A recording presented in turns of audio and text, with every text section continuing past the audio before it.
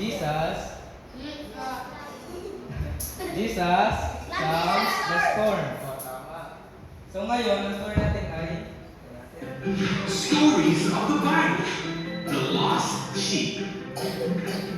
This is Jesus, who is the Son of God and the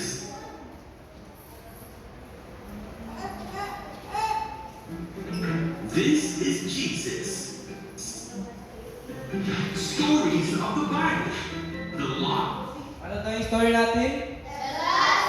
The Lost Sheep. Sheep. This is Jesus, who is the Son of God and the Savior of the world.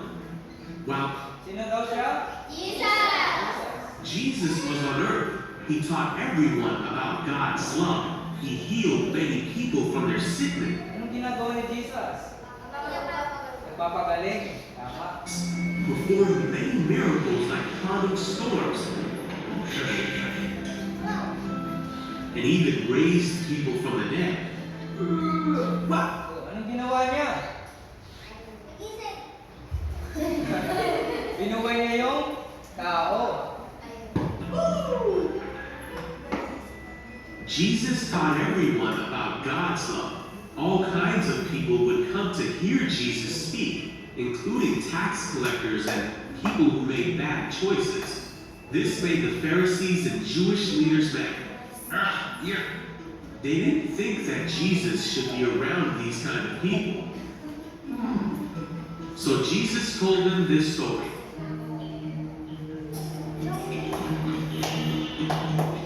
Okay, mga bata, ano nakikita nyo? Kambing. Nga. Sabihin mo. If a man has 100 sheep and one of them gets lost,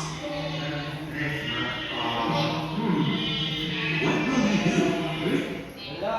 Wala tayong isang kambing. Kayo ba, kung may kambing kayo, ng 100 daw. Kung may nawawala daw, hanapin nyo ba?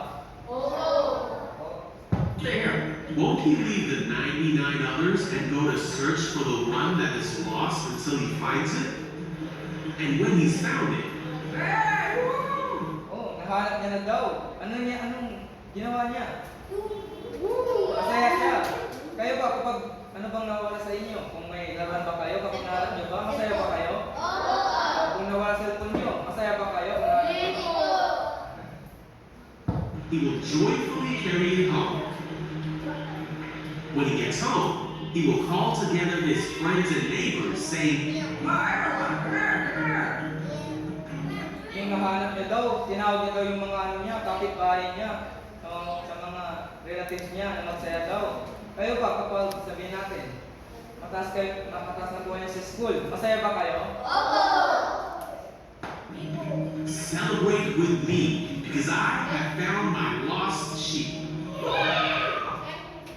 In the same way, there is more joy in heaven over one lost sinner who returns to God than over 99 others who haven't strayed away.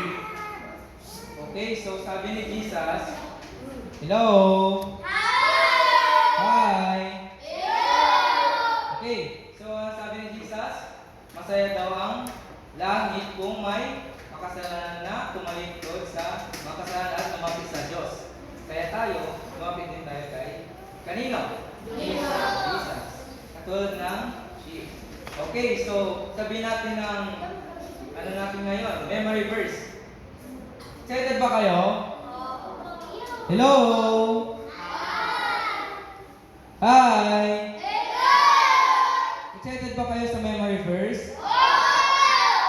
Okay, mahanap natin ito sa Luke chapter 23 verse 1. Sabihin nyo nga, Luke chapter 23 verse 1. The Lord is my shepherd. Okay, kayo nga.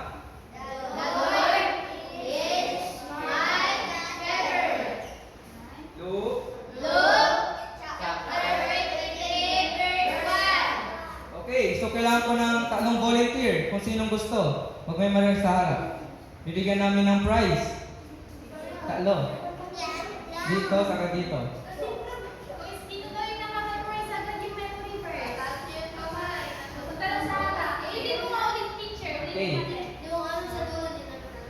Luke chapter 23 verse 1. The Lord is my shepherd. Okay. Kayo nga?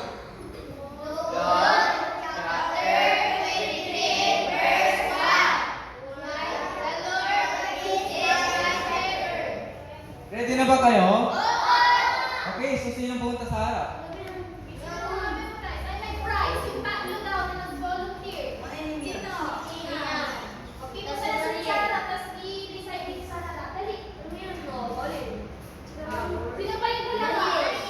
Dalawa pa.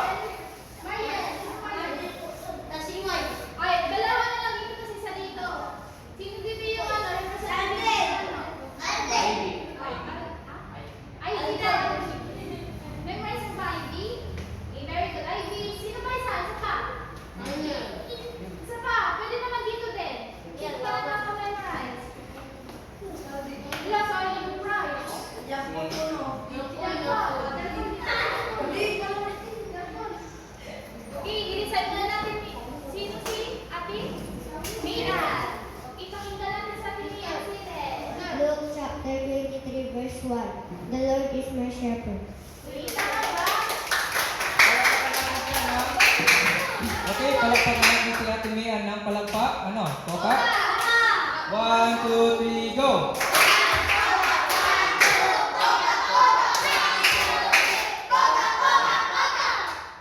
Okay, si Ate Ivy. Chapter 23 verse 1. The Lord is my shepherd. Okay, palakpak tayo. Palakpak fireworks.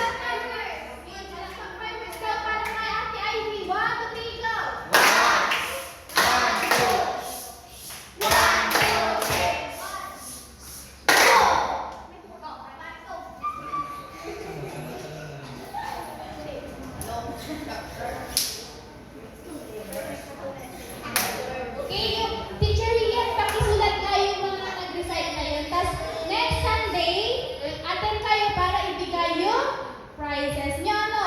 Okay, sino pa yung gusto mag-ano dito? Magkaroon ng prize? Okay, mayroon pang question si teacher Nita.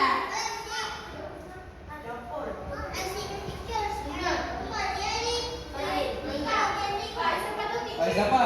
Sige, halika.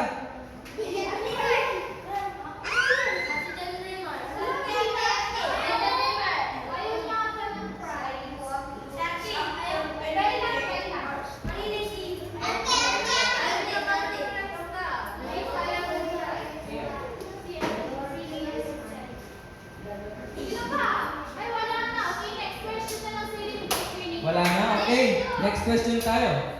Meron pa ba? Wala na. Wala, di ata sila mag-story mo si teacher. Nakita ka si teacher Nita? Teacher Nita. Hala, unti lang ang si teacher Nita. Okay, magtatanong si teacher Nita. Handa na ba kayo? Okay.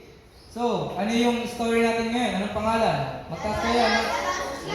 Magtatas kayo ng kamay. Pabilisan, ha? Wala lang. Wala pa. Bibilang ng teacher. Tapos sasabihin nila kung sino nauna. 1, 2, 3, go!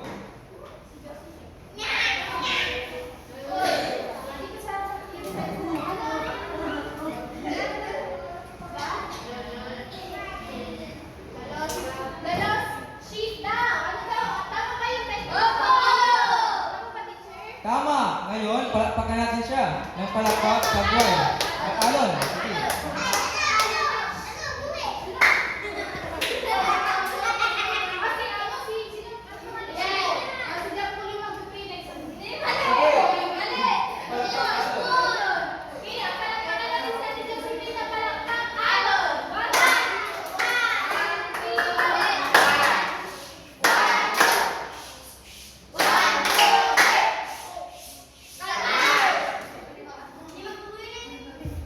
Okay, so sino yung nag-tell ng story sa ano natin ngayon?